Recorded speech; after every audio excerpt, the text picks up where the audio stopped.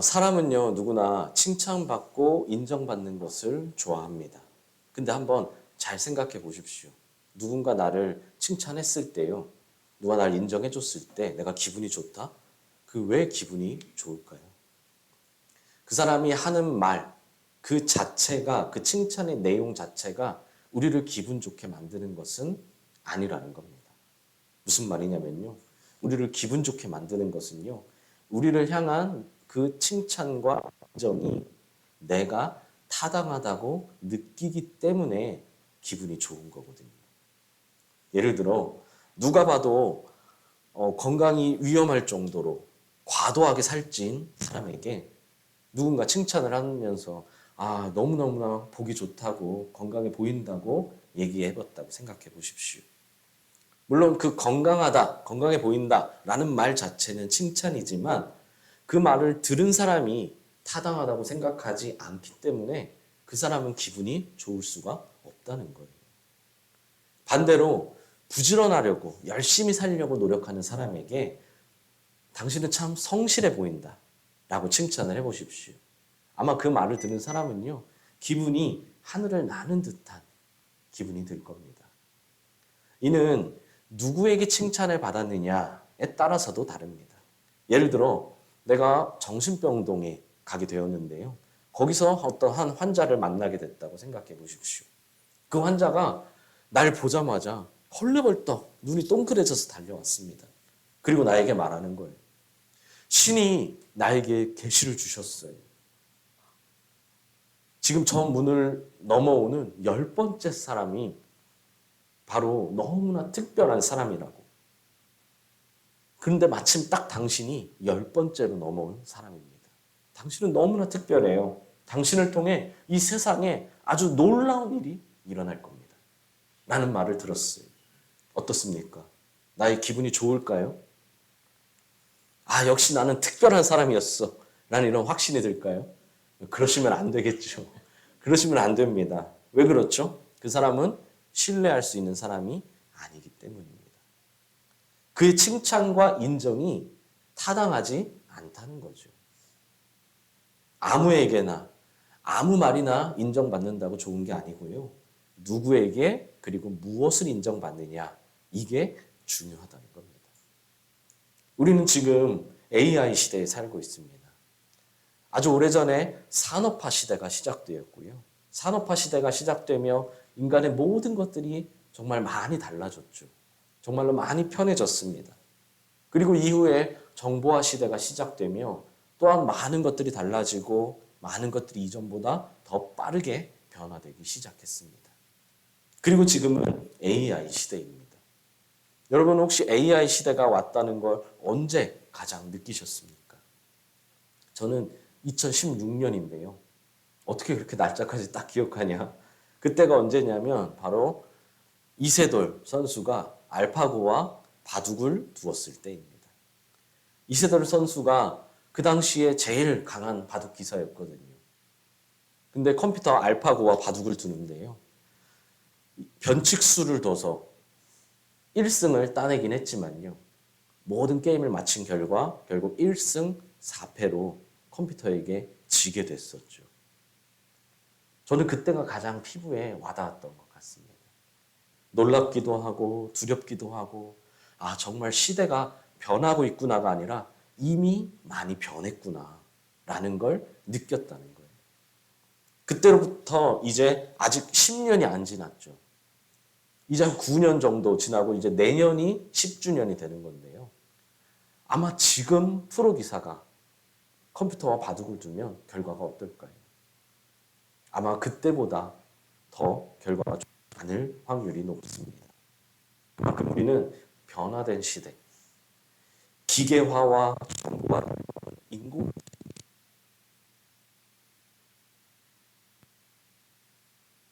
서울대에서도 어떻습니까?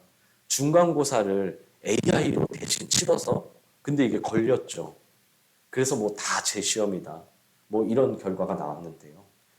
심지어 이 AI가 초등학교, 중학교, 고등학교가 아니라 대학 풀어낼 수 있을 정도라는 겁니다. 요즘 AI가 못하는 걸 찾는 게 더 어렵다는 거죠. 그만큼 우리는 빠르고 화려한 세상 속 미래를 예측하기 어려운 시대예요. 예전에는 20년, 30년 후의 미래를 10년, 더 빠르게는 5년 뒤의 일도 예측하기 어려운 시대죠.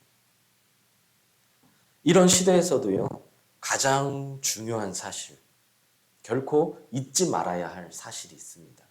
바로 언젠가 우리의 인생에 대해서 평가받는 날이 있다는 겁니다. 세상이 아무리 변해도요, 우리 인간이 살아가는 삶의 방식이 완전히 달라져도 언젠가 하나님이 우리의 인생을 평가하시는 날이 온다는 거예요. 우리는 이 땅에서 사는 동안 크고 작은 시험들을 많이 만나게 됩니다. 지난주에 뭐가 있었습니까? 수능이 있었죠. 그래서 수능 때문에 어때요? 직장인들조차 출근을 늦출 정도로 이게 전 국민, 온 국민의 관심사인데요. 세상만 그런 게 아니고요. 목사가 되려고 해도요. 시험을 여러 번 거쳐야 합니다. 교회 안에서 장로가 되려고 해도 시험을 통과해야 돼요. 그래서 우리는 시험이라는 말만 들어도 긴장하게 됩니다. 왜냐하면 그 시험의 결과에 따라서 많은 것들이 달라지기 때문이죠. 수능을 잘 보면 내가 원하는 대학에 갈 수 있습니다. 근데 그렇지 못하면 어떤가요? 어쩔 수 없이 그때부터 책자를 딱 펴놓고 점수에 맞춰서 대학을 고르게 되죠. 자격증 시험에 합격하면 그에 맞는 자격증이 나에게 주어지지만요. 합격하지 못하면 처음부터 다시 시작해야 합니다. 채용 시험에 합격하면요. 내가 그 회사의 일원이 되어 새로운 삶을 살아가게 되지만 합격하지 못하면 다시 예전의 삶과 똑같은 삶을 살아가야 되죠. 그런데 잊지 말아야 할 게 있습니다. 있다고 했습니다. 뭐였죠? 우리의 인생에 대해서도 평가받는 날이 있다는 겁니다. 하나님이 우리 인생을 평가하시는 날이 있어요. 그리고 이것 역시요. 그 평가의 결과에 따라 많은 것들이 달라지게 됩니다. 하나님의 기쁨이 되면 생명을 얻고 복을 얻을 수 있지만 하나님의 한탄이 되면 심판을 받게 됩니다. 최초의 인간인 아담과 하와 이후에 사람들이 번성해 나가기 시작했습니다. 그때 성경을 보면 세상에 죄악이 가득하고 사람들의 마음이 악으로 가득 찼다라고 하십니다. 성경은 인간의 모든 계획이 하는 계획마다 다 악했다고 말해요. 그리고 하나님이 그들을 보고 한탄하셨다라고 합니다. 아까 하나님의 한탄이 되면 뭐가 있다고 했죠? 심판이 있다고 했습니다. 결국 그들을 향한 심판이 결정되었어요. 그런데 그 와중에 노아는 하나님과 동행하며 살았고 당대의 의인이자 완전한 자라고 불리웠습니다. 하나님은 노아에게 방주를 만들라고 하셨어요. 그리고 노아는 하나님의 말씀대로 즉시 방주를 만들기 시작했습니다. 그때 노아를 보는 사람들의 평가는 어땠을까요? 쟤는 제정신이 아니야. 쟤는 늘 이상하게 살더니 결국 미쳤나 봐. 라고 사람들이 평가했을 겁니다. 반면 하나님의 평가는 정반대였습니다. 하나님은 노아를 인정해 주셨고 칭찬해 주셨습니다. 그 결과 노아와 그의 가족은 가장 중요한 생명과 함께 많은 복을 받게 되었죠. 오늘 우리가 함께 읽었던 아브라함. 아브라함은 어떻습니까? 하나님은 아브라함에게 그의 고향과 친척과 가족을 다 떠나 약속하신 땅으로 가라 라고 말씀하셨어요. 사람들은 이해하지 못했습니다. 왜냐하면 그 당시에 이 고대 근동 지방에서 자발적인 이주는 말도 안 되는 행위였기 때문입니다. 전쟁이나 기근으로 인해 타인에 의해서 어쩔 수 없이 이주하게 되는 경우는 있었지만 아무 문제가 없는데 지금 잘 살고 있는데 내가 스스로 자발적으로 이주를 한다? 이거는 비상식적이었다는 거죠. 그러나 아브라함은 오직 하나님의 말씀만을 신뢰하여 약속의 땅으로 갔습니다. 그리고 큰 복을 받게 되었죠. 당시에 이 아브라함이 소유한 그 한 개인이 소유한 것이 한 나라를 상대할 수 있을 정도였고 복을 많이 받았어요. 사람들의 평가가 아닌 하나님의 평가를 인식하며 살았기 때문입니다. 다만 이렇게 모든 걸 가졌음에도 딱 하나 없는 것이 있었습니다. 그것은 바로 자녀였습니다. 남부럽지 않게 모든 것을 다 가지고 있었는데요. 자녀만은 우리 내 뜻대로 되는 것이 아니잖아요. 하나님은 그런 아브라함에게 아들을 나중에 주셨어요. 무려 아브라함이 100살 때 말이죠. 그 자녀의 이름은 이삭이었습니다. 그런데 어느 날 이삭이 잘 자라고 있을 때에 어느 날 하나님이 아브라함에게 이삭을 제물로 바치라고 하셨습니다. 청천벽력 같은 소리였죠. 그러나 아브라함은 고민하지 않았고 이른 새벽에 준비를 다 마치고 이삭을 제물로 바치기 위해 출발했습니다. 사람들의 평가는 어땠을까요? 반면 하나님의 평가는요. 끝까지 순종한 아브라함을 멈춰 세우셨고 인정해 주셨습니다. 그리고 오늘 말씀을 해주신 거예요. 오늘 본문의 말씀을요. 뭐라고요? 내 씨가 하늘의 별과 바다의 모래처럼 번성하고 내 씨로 말미암아 만민이 복을 받으리라 라고 하셨습니다. 모세는요. 광야에서 40년을 훈련받았고 80살이 돼서야 하나님께 쓰임받기 시작했습니다. 우리 지금의 삶은 어떻습니까? 80살이 되면 사실 모든 것이 다 저물어가는 시기잖아요. 근데 모세는 80살부터 쓰임받기 시작했어요. 젊을 때의 모세는요. 항상 다른 사람을 신경 쓰며 살기 바빴습니다. 저 사람은 날 뭐라고 평가할까? 저 사람은 날 뭐라고 얘기할까? 저 사람은 나를 어떻게 생각할까? 하지만 80살 때 모세는 이제 완전히 달라져 있었습니다. 오직 하나님이 주신 사명만을 붙잡고 애굽의 바로왕, 현재 이집트의 파라오와 싸웠고요. 이스라엘을 온전히 출애굽시켰습니다. 그렇게 수많은 인파가 약속의 땅이었던 가나안으로 이동하는 믿음의 여정이 시작되었죠. 사람들의 평가는 어떻습니까? 불평불만이었습니다. 차라리 애굽에서 노예로 살 때가 더 나았다고. 왜 굳이 우리를 데리고 나와서 이 길거리에서 먹지도 못하고 마시지도 못하고 굶어 죽게 만드냐. 차라리 그 애굽에서 노예로 살 때 가축이 먹었던 음식을 먹었을 때가 차라리 더 나았다. 불평불만이었죠. 이제라도 다시 돌아가자라고 했어요. 하나님의 평가는 어땠습니까? 흔들리지 말고 끝까지 약속의 땅을 향해 나아가야 한다고 하셨습니다. 결국 이스라엘은 하나님이 약속하신 땅에 도착하게 되었죠. 도착하자마자 도착을 하니까 이제서야 사람들의 평가가 바뀌었습니다. 당연한 이야기죠.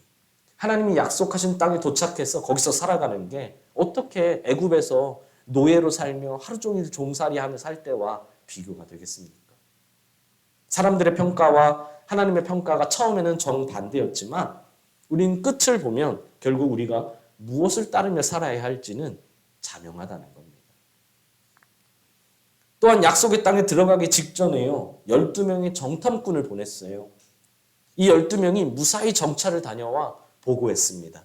10명은 뭐라고 했습니까? 우리가 차지하려고 하는 그 땅은 너무나 좋은 땅입니다. 젖과 꿀이 흐르는 너무나 좋은 땅이에요. 그런데 우리는 들어갈 수도 없고 들어가서도 안 됩니다. 왜냐하면 그 성읍은 너무나 크고 견고하고 거기에 사는 사람들은 마치 거인들처럼 너무나 키도 크고 힘도 세다는 거예요.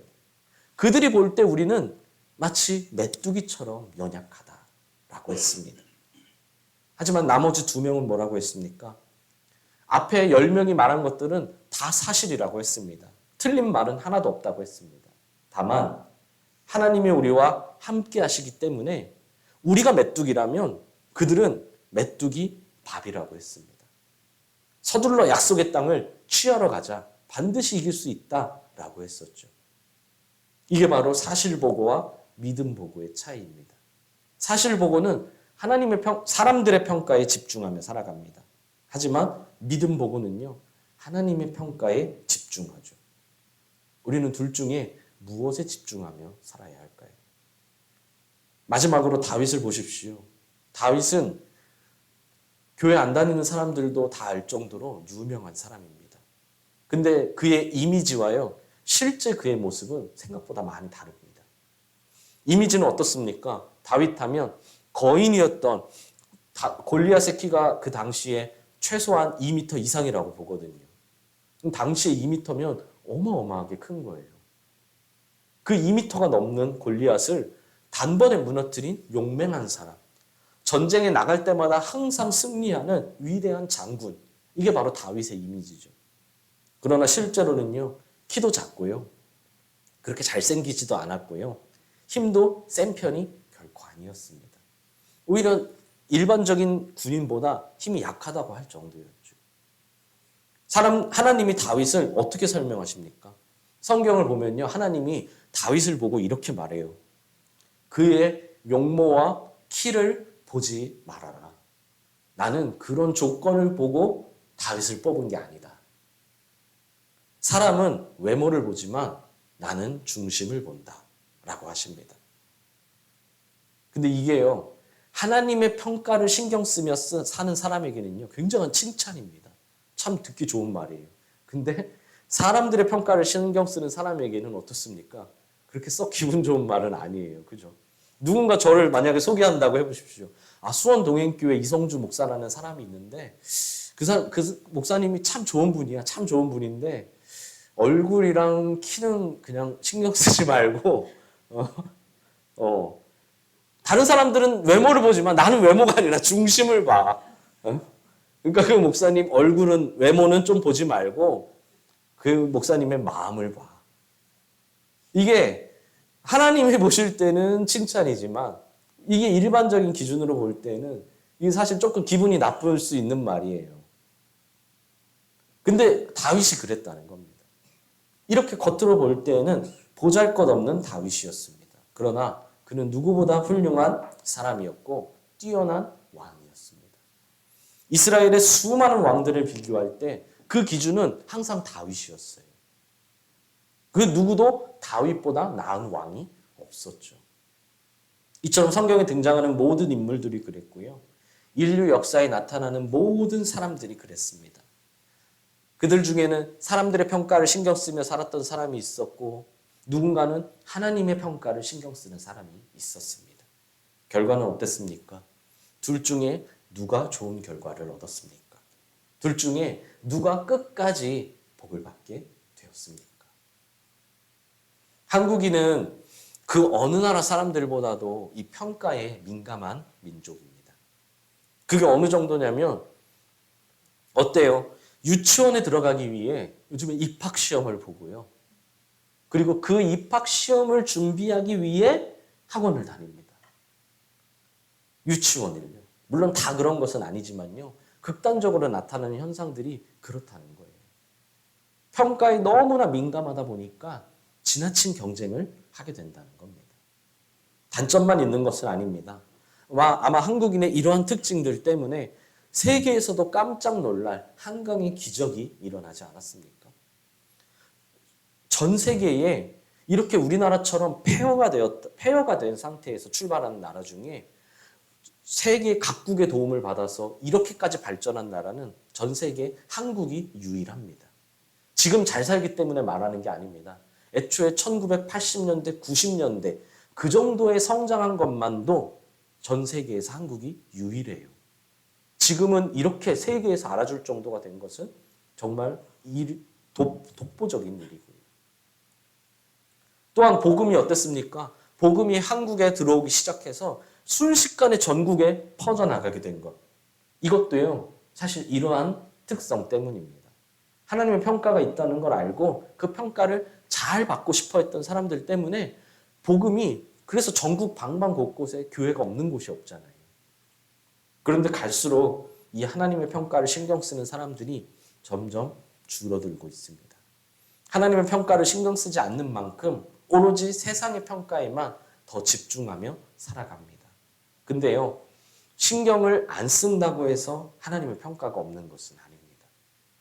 내가 공부를 안 했다고 해서 수능 날이 안 오나요? 아니죠. 내가 공부를 안 해도요, 정해진 자격증 시험의 날짜는 정해진 시간, 정해진 때에 시작됩니다. 무엇이든 정한 시간이 오고 때가 되면 다 시작되고 온다는 거예요. 그게 마땅한 이치입니다. 지금 당장은 너무나 먼 것만 같고 평생 안 올 것처럼 느껴지지만 내가 준비하지 않아도 내가 모르고 살아도 하나님이 인생을 평가하시는 날은 반드시 옵니다. 그렇다면 준비해야 하지 않겠습니까? 하나님의 평가를 인식하고 살아야 하지 않겠습니까? 오늘 본문의 아브라함처럼 복을 받으려면 우리도 아브라함처럼 믿음으로 하나님의 평가를 인식하며 살아야 한다는 겁니다. 아무리 작은 것이라도 칭찬받고 인정받는 것은 참 기분이 좋은 일입니다. 하지만 누구에게 인정받느냐, 무엇을 인정받느냐가 중요하다고 했었죠. 누구에게 인정받는 인생을 살고 계십니까? 무엇을 인정받기 위해 노력하고 계십니까? 세상에는 사람들의 평가를 신경 쓰는 사람이 있고 하나님의 평가를 신경 쓰는 사람이 있다고 했어요. 나중에 하나님이 우리의 인생을 평가하시는 그 날이 오면 과연 둘 중에 누가 더 좋은 평가를 받을 수 있겠습니까? 둘 중에 누가 후회하지 않을 수 있겠습니까? 둘 중에 누가 사랑하는 내 자녀에게 후회하지 않은 가장 좋은 것을 물려줄 수 있겠습니까? 아마 오늘 교회 한번 가보려 한다고 주변 사람들에게 말하신 분도 있을지도 모릅니다. 나 이번 오는 일요일에 저 교회에 한번 갈 거야. 우리 아들, 딸이 한번 가보재. 내 친구가 한번 가보재. 뭐 부모님이 가보재. 해서 오신 분들이 있을 거예요. 주변에 이야기했을 때 사람들의 반응이 어땠습니까? 응원해주고 칭찬해주는 사람들이 있었을 수도 있고요. 어쩌면 미쳤냐고, 뭐하러 그 쓸데없는 곳을 가냐고, 차라리 그 시간에 한숨이라도 더 자라고 하는 사람도 있었을지도 모릅니다. 그러나 하나님의 반응은 어떨까요? 하나님은 아마 이렇게 말씀하실 겁니다. 내가 너를 간절하게 기다리고 있었다. 드디어 왔구나. 드디어 만났구나. 참 잘 왔다. 라고 말씀하실 겁니다. 여러분을 데려오신 분도 여러분을 데려오기 위해 정말로 열심히 오랜 시간을 간절하게 기도했거든요. 기도할 때마다 여러분을 위해 기도했어요. 그 사람의 이름을, 여러분의 이름을 불러가면서 말이죠. 그러므로 사람들의 평가보다 하나님의 평가를 인식하며 살아가시길 바랍니다. 사람들의 칭찬보다 하나님의 칭찬을 기뻐하는 우리 모두가 되기를 예수님의 이름으로 간절히 소망합니다. 다시 말씀드리지만 공부를 안 한다고 해서 수능날이 안 오는 것은 아닙니다. 평생 다치지도 않고 병에 걸리지도 않고 병원 한번 가본 적 없다고 해서 인생의 마지막 날이 안 오는 것은 아니죠. 정해진 것은요, 때가 되면 반드시 오고 반드시 오기 때문에 어느 누구도 결코 피할 수 없습니다. 모든 인생에는 반드시 평가가 있고 하나님은 우리의 마음과 행동에 대해 평가하신다는 걸 꼭 명심하시길 바랍니다. 그날이 오면 사람들의 평가는요, 아무 소용이 없어요. 내 주변에서 나를 치켜 세우고 나에게 잘 보이기 위해 했던 모든 평가들은요, 아무 소용이 없습니다. 오직 하나님의 평가만이 남는다는 것을 명심하셔야 합니다. 다음 주에는 그럼 구체적으로 우리가 어떻게 살아야 하나님께 좋은 평가를 받을 수 있을까에 대해 보도록 할 겁니다. 지금 당장은 우리 모두에게, 나에게 반드시 하나님의 평가가 있다라는 걸 기억하십시오. 그래서 크고 작은 갈림길에서 하나님의 평가를 인식하며 살아갑니다. 인식하며 선택하는 우리 모두가 되기를 예수님의 이름으로 간절히 소망합니다.